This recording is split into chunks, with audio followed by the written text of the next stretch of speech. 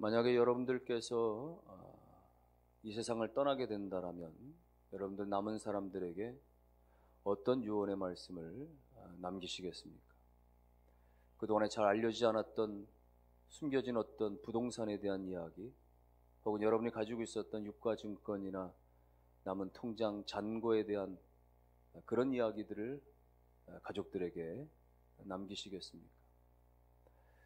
마지막 삶을 마무리하면서 유언을 남긴다라고 하는 것은 너무나 중요한 이야기입니다. 장로교 교리의 근간을 만들어낸 존 칼빈은 말하기를, 사람이 마지막 순간에 말하는 것은 결국 그 사람이 어떠한 삶을 살았는가를 보여준다. 마지막에 남기는 그 말이 그 사람이 어떻게 살아왔는지를 보여줄 수 있다, 이런 말을 한 겁니다. 증도라고 하는 섬, 그리고 전라남도 신안군 전체 섬들의 복음화의 초석을 남겼던 문중경이라고 하는 여전우사님은 마지막 그 해변에서 일본인들의 죽창에 맞고 또 총살을 당하면서 숨을 거두면서 그는 남은 자들을 향해서, 여러분들이요, 사명을 감당하십시오. 남은 사람들 가운데 마지막 이야기한 것은 사명을 감당하라 라는 말을 남겼다는 겁니다. 한국교회 초대교회 목사님이셨던 길선주 목사님은 마지막 세상을 떠나가면서 마침내 하늘나라에서 전보가 왔습니다. 이제 저를 오라 하시니 이제는 내가 하늘나라 가야겠다. 그는 평생에 하나님 나라 천국을 너무나 사모하였기에 마지막 죽음 앞에서조차도 하늘나라로부터 축복의 전보가 왔으니 내가 가겠습니다. 여러분, 마지막에 무엇을 남기는가는 너무나 중요하고 그 사람이 어떻게 살아왔는가를 대변해주는 너무나 중요한 장면일 수 있다라는 거예요. 오늘 본문에 나오는 요셉의 이 마지막 장면, 어쩌면 창세기의 마지막 부분이기도 하고, 또 요셉이 마지막 그 죽음의 장면에서 너무나 중요한 모습을 우리 가운데 교훈해 주고 있습니다. 사실 요셉은 얼마나 파란만장한 삶을 살았습니까? 아버지의 12 아들들 가운데 11번째 아들로 태어나서 위에 10명의 형들로부터 구박을 받고 눈총을 받고, 그러다가 마침내는 그의 나이 17살에 형들로부터 버림당해서 애굽으로 팔려가는 신세.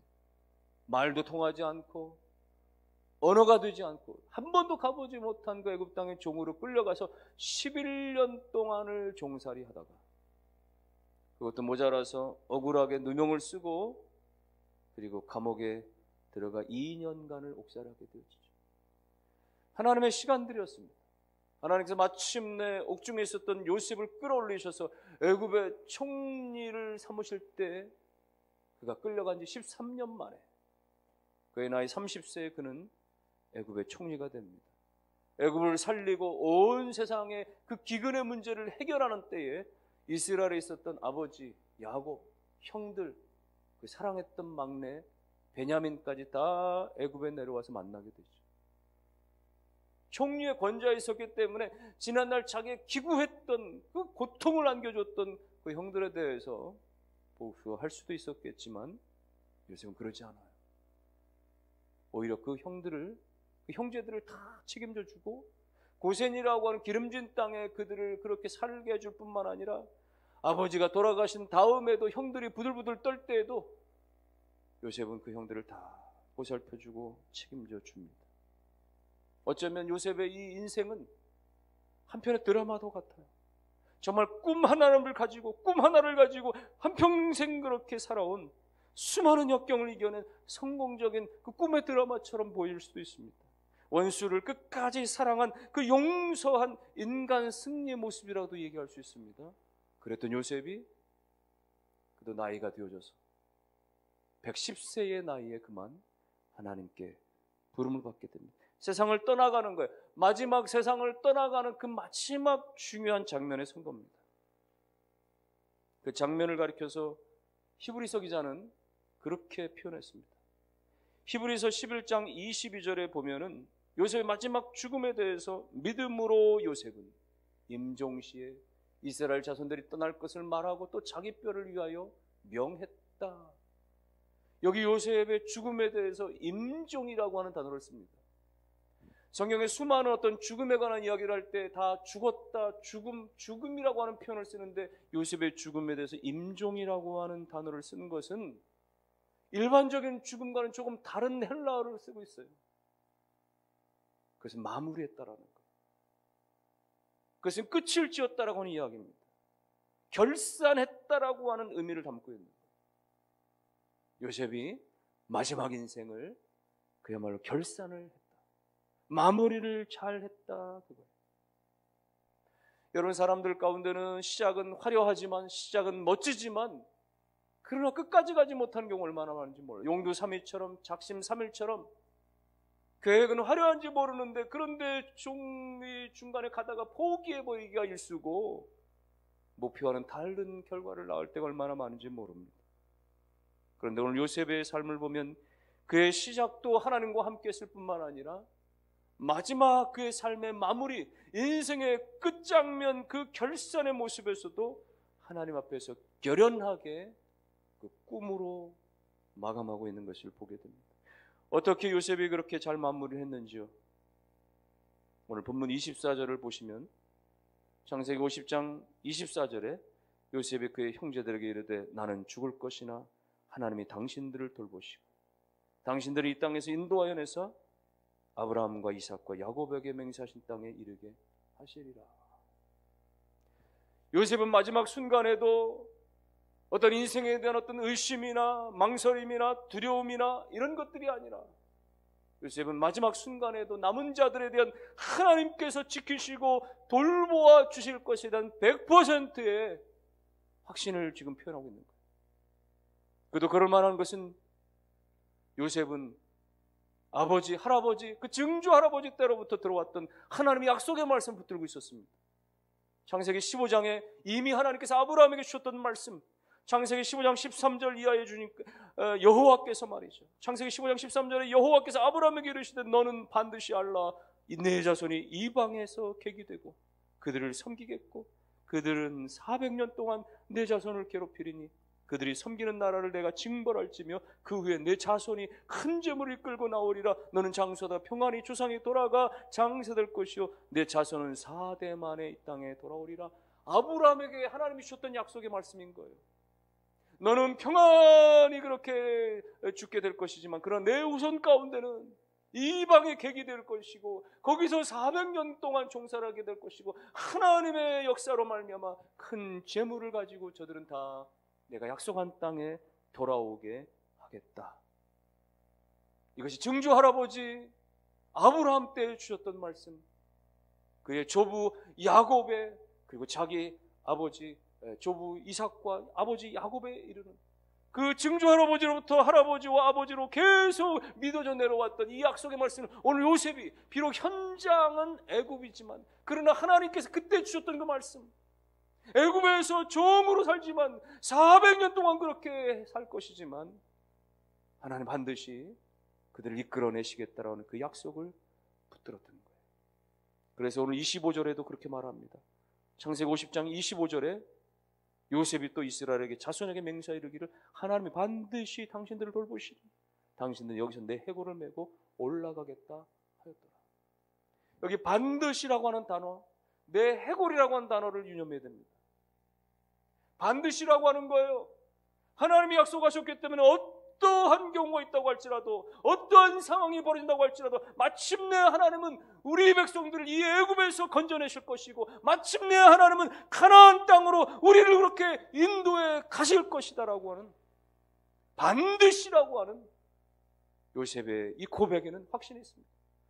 나이가 들었지만 이제는 병이 들었든지 하나님께 부름받아 마지막 그 죽음의 순간에도 하나님께서 자신의 민족을 반드시 지키시는 그 약속의 말씀대로 이루어질 것이라고 하는 그 신앙의 고백이 조금 더 흐려지지 않는 것. 그러면서 그는 고백하기를 내 시체를 메고 이런 표현을 하지 않고 내 해골을 메고 올라가리라. 해골은 뭐예요? 땅에 묻혀져서 시간이 흘러서 다 썩어지고 뼈만 남는 걸 말하는 것입니다. 지금 당장은 아닐지라도 하나님의 약속은 내가 죽은 다음에라도, 시간이 흘러서라도, 내 뼈가 되어져서라도 하나님 마침내 그 약속을 이루시리니, 그때가 되어지면 나의 유해를 가지고 내 뼈를 가지고 그것을 취해서 하나님이 약속하신 그 땅에 갖다 안장해달라, 묻어달라라고 당부를 하고 있는 것이에요. 여러분, 이것이 요셉에게서 우리가 발견할 수 있는 굉장히 중요한 교훈 중에 하나입니다. 인생을 마무리하면서 성경에서 한평생 그렇게 드라마틱한 인생을 살면서 살았던 그 요셉이 마지막 순간에 남겨진 이 중요한 장면 말이죠. 그는 죽으면서도 미래를 본 거예요. 그는 죽으면서도 꿈을 꾼 것입니다. 지난 과거에 얽매이지 않았고, 지난 삶에 얽매이지 않고, 죽으면서도 마지막 하나님 나라에 가면서도 미래를 향해서, 하나님의 약속을 향해서 그렇게 붙들고 있었다라고 하는 사실인 거예요. 여러분, 일반적인 믿음 없는 사람들의 모습이라면 어떻겠어요? 어쩌면 그가 한평생 살아온 그런 걸 돌아보잖아요. 네? 마지막 죽을 때, 네? 그래서 내가 어떻게 고생을 했는지, 어떻게 눈물 많은 한 많은 세월을 살았는지, 얼마나 기가 막힌 그 기구한 삶을 살았는지, 네? 전쟁의 피난에 말이죠, 이 고통에 말이죠. 요셉이 그런 식으로 생각했다고 한다면 말이죠, 자기를 그렇게 버려버린 그 형들에 대한 그런 그 원망의 마음과 그 억울한 마음과 내가 13년 동안 죽을 고생을 다한 것들에 대한 그 회한들로 마지막 이야기들이 찼을지도 모를 터인데, 그는 그런 것이 아니라, 과거에 얽매인 것이 아니고 지난날에 얽매인 것이 아니라, 나를 여기까지 이끄신 하나님 앞에서 내 삶의 미래에도, 우리 가족들과 그 후손들의 미래에도 역사하실 그 하나님의 역사하심을 바라볼 수가 있었던 겁니다. 사랑하는 성도 여러분, 오늘 저와 여러분들은 어디에 붙들려 있습니까? 지나온 삶에 붙들려 있습니까? 과거 얽매여 있습니까? 여전히 우리는 어디에 우리의 시각을 두고 있습니까? 여러분, 지난날에 얽매여 있으면요, 끊임없이 우리가 그렇게 회한적이 됩니다. 끊임없이 그렇게 자기 발목에 붙잡히게 되어집니다. 끊임없이 그렇게 말이죠, 과거 지향적인 모습으로 살아갈 수밖에 없습니다. 성경은 그 어느 곳에서도 우리로 하여금 과거에 붙들려 살라고, 과거에 그렇게 집착하며 살라고, 과거를 그렇게 묵상하며 붙잡고 살라고 이야기하지 않아요. 물론 지난날에 하나님이 주신 은혜들에 대해서 우리가 생각할 이유가 있는 거예요. 지나온 삶들 가운데 끊임없이 하나님께서 그 구석구석마다 그때마다 나를 건져주시고 은혜 주신 그 하나님에서 끊임없이 우리가 생각할 이유가 있습니다. 그러나 지난날의 나의 자랑과 지난날의 나의 허물마저도 우리는 되살릴 이유는 없는 거예요. 지은 죄도 하나님의 은혜 안에서 이미 과거가 되어서 다 씻어져 버리는 것이기에 우리가 얽매일 필요가 없는 것입니다. 예수님이 그 장면을 우리 가운데 보여주셨어요. 요한복음 8장에 보면은 현장에서 가늠하다 붙잡힌 한 여인이 사람들 가운데 그렇게 붙들려 왔습니다. 사람들은 돌을 들고 당장이라도 이 여인을 쳐 죽일 것처럼 모세 율법의 근거에서 그녀는 죽을 수밖에 없는 상황이었어요. 그때 주님이 하신 말씀은 너희들 가운데 죄가 없는 자가 먼저 돌로 치라, 그렇게 말씀하시죠. 너희들 가운데 죄가 없는 자가 먼저 돌로 치라, 그 말씀을 하시고 땅에 엎드려서 뭔가 글자를 쓰신 다음엔 일어나 보시니까 사람들이 다 사라져 버렸어요. 젊은이들로부터 나이 든 사람들까지 죄 많은 인생들은 다 떠나고 말았습니다. 그때 여인을 향해서 주님이 하신 말씀은 뭐예요? 그녀가 무슨 죄를 저진 거에 대해서 그것을 캐물었습니까? 과거에 무슨 죄를 범한 거에서 그것을 따져 물었나요? 그렇지 않았어요. 주님께서는 나도 내가 범한 죄를 정죄하지 않아, 이제 가서 다시는 죄를 짓지 말라 라고 미래를 격려하죠. 그녀의 미래를 축복하죠. 내일을, 다음 생애를, 그야말로 다음 날을 말이죠, 미래를 어떻게 살아갈 것인가에 대해서 주님 말씀하시는 거예요. 여러분, 그것입니다. 오늘 우리는 어떤 상황과 형편에서도 과거에 집착하고 얽매이는 것이 아니라 오늘 우리의 미래를 향해서, 내일을 향해서 바라보는 눈이 필요하고, 그런 시각이 필요하고, 그런 관점이 필요하고, 그런 발걸음들이 필요한 거예요. 여러분과 여러분들의 자녀들 가운데 미래를 바라보는 눈들이 활짝 열려지고, 좋은 사람들을 바라보는 그 눈들이 활짝 열려지고, 하나님이 선한 눈들을 열어주시는 역사들이 일어나게 되기를 주님의 이름으로 축원합니다. 오래전에 미국의 오하이오 주에서 농장을 경영하는 한 테일러라고 하는 이름의 한 농장주가 사람들의 일손을 그렇게 말이죠, 여러 구한 가운데 한 가난한 소년 하나가, 짐이라고 불려지는 제임스라고 하는 소년 하나가 그 농장에 일하는 사람, 일꾼으로 들어오게 됩니다. 제임스라고 불려지는 이 짐은 말이죠. 짐이라고 불려지는 제임스는 너무나 가난했기 때문에 그 농장에 들어와서 말이죠. 그냥 부엌에서 말이죠. 식은 밥으로 그렇게 끼니를 때우고 하루 종일 일을 하고, 그리고는 그저 건초더미를 쌓아놓는 그런 창고에서 그렇게 숙식을 해결한 잠을 자는 그런 신세가 된 거예요. 그렇게 열심히 그렇게 뭐 나무를 베고 그렇게 소들을 양들을 키우고 하면서 그렇게 시간들을 보냈습니다. 그러다가 뜻하지 않게 그 테일러 주인집의 딸과 사랑에 빠졌어요. 이 사실을 알게 된 테일러가 화를 내면서 너는 가난뱅이고 너는 미래가 보장되지 않았기 때문에 내 딸을 맡길 수가 없다. 혼쭐을 내는 바람에 이 소년은 상처를 받고 짐을 챙겨 그 집을 떠나가게 됐습니다. 그리고 시간이 흘렀어요. 10년, 20년, 30년이 지난 다음에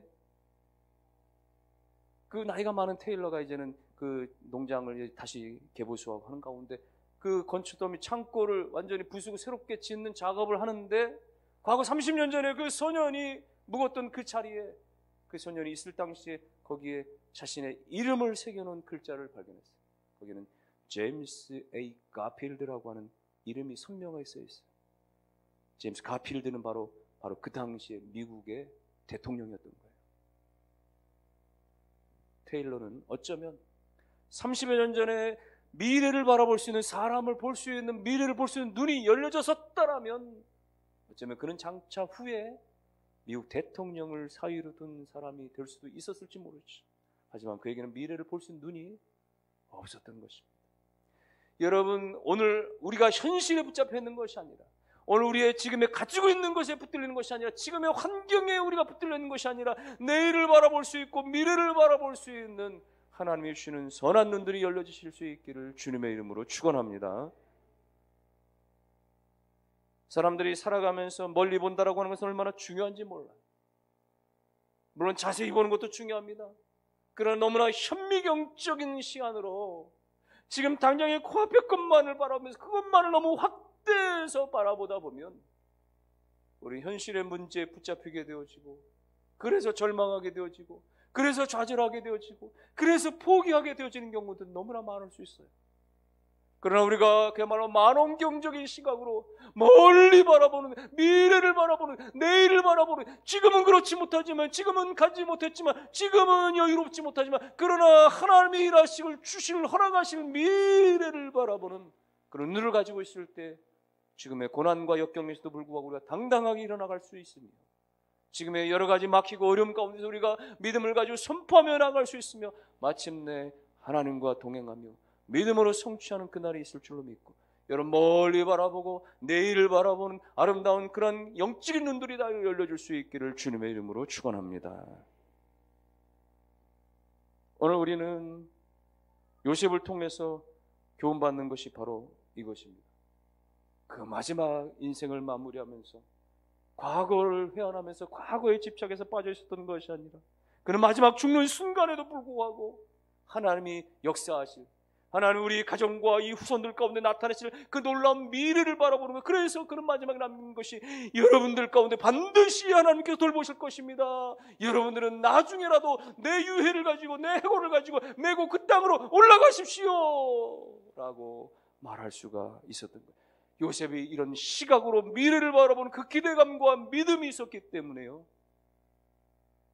그 놀라운 고백은 실제로 300년이 지나고, 그리고 저 모세의 시대가 이루어져서 애굽에서 다 빠져나올 때 말이죠, 그 요셉의 유해를 가지고 그 백성들이 그렇게 광야를 지나가죠. 그리고는 가나안 정복 전쟁이 다 끝난 다음에 세겜 땅에다가 그 요셉의 유고를 안장하게 되어지게 되는 겁니다. 여러분, 무엇을 말하는 거예요? 보는 것이 중요하다는 것입니다. 영적인 눈이 중요하다는 것입니다. 여러분, 사람들 가운데 그런 말하는 사람이 있어. 어떤 사람들은 말이에요, 이 일 저 일 하면서 말이에요, 돈의 흐름이 보인대요. 돈을 어떻게 벌면 잘 벌릴지가 눈에 보인대요. 실제로 그런 사람들이 일을 하면서 그렇게 돈을 잘 버는 경우들이 있을 수 있어요. 어떤 사람은 공부를 잘하는 사람들 가운데 공부할 때 공부하는 것이 보인대요. 어떤 문제들이 중요하고 어떤 내용들이 덜 중요하고 이게 눈에 보이는 것이죠. 그래서 중요한 거 중심으로 그렇게 공부하거나 학습하다 보니까 더 좋은 결과가 나온다는 것이죠. 여러분 그런 것들은 여러분이 사업하는 데나 마찬가지고 인생을 사는 데 마찬가지고 신앙생활도 마찬가지인 것이 모든 부분에 마찬가지인 거예요. 비록 오늘 우리들 가운데 세상의 여러 가지 학식과 견식과 여러 가지 어떤 그런 배움에 그런 공부에 눈들은 비록 우리가 열려지 못했을지 몰라도 오늘 우리 가운데 하나님을 바라보고 하나님의 세계를 바라보는 영적인 눈들은 활짝 열려지게 되기를 주의 이름으로 축원합니다. 오늘 여러분과 가정들 가운데 그야말로 좋은 사람을 바라보고 미래를 바라볼 수 있는 그런 영적인 아름다운 선한 눈들이 열려지고 선한 물질들을 벌어들일 수 있는 그런 눈들도 활짝 열려지는 하나님의 은총들이 일어날 수 있게 되시기를 주의 이름으로 축원합니다. 눈이 중요한 것입니다. 보는 것이 중요한 것이. 그래서 주님께서는 마태복음에서 마태복음 6장에서 22절에 이렇게 표현했습니다. 눈은 몸의 등불이다. 그래서 내 눈이 성하면 온몸이 밝을 것이고 눈이 나쁘면 온몸이 어두울 것이란 말이죠. 무슨 얘기입니까? 이게 시력이 좋고 나쁨에 대한 이야기합니까? 그건 아닌 거예요. 인생에 대한 비전의 안목이 있는가 없는가, 인생에 대한 믿음의 눈이 떠져 있는가 그렇지 않은가에 따라서 그 눈이 떠져 있고 밝으며 삶이 하나님 앞에 밝을 것이요, 그 눈이 어두워져 있으면 인생은 어두워질 수밖에 없다라고 하는 주님의 말씀인 것입니다. 그러므로 여러분들이요, 오늘 저와 여러분들이 인생 가운데서 육신의 눈으로 그야말로 이 생의 이런 안목에 빠져서 우리가 살아갈 것이 아니라 하나님이 허락하시는 영적인 안목이 열려짐으로 말미암아서 내일을 바라보고 미래를 바라보는 귀한 역사가 일어나게 되기를 주의 이름으로 축원합니다. 어떤 부족을 이끌었던 말이죠. 어떤 부족을 이끌었던 나이 많은 추장 하나가 이제 자신은 그 자리를 다 하고 그 수장직을 물려주기 위해서 가장 현명하고 똑똑한 그 강인한 3명의 청년을 뽑아가지고 말이죠. 그렇게 요구했다는 것이죠. 너희들 가운데 저 높은 산꼭대기 앞에 올라가서 그야말로 가장 중요하다고 여겨지는 것 한 가지씩을 다 증거물로 가지고 오라.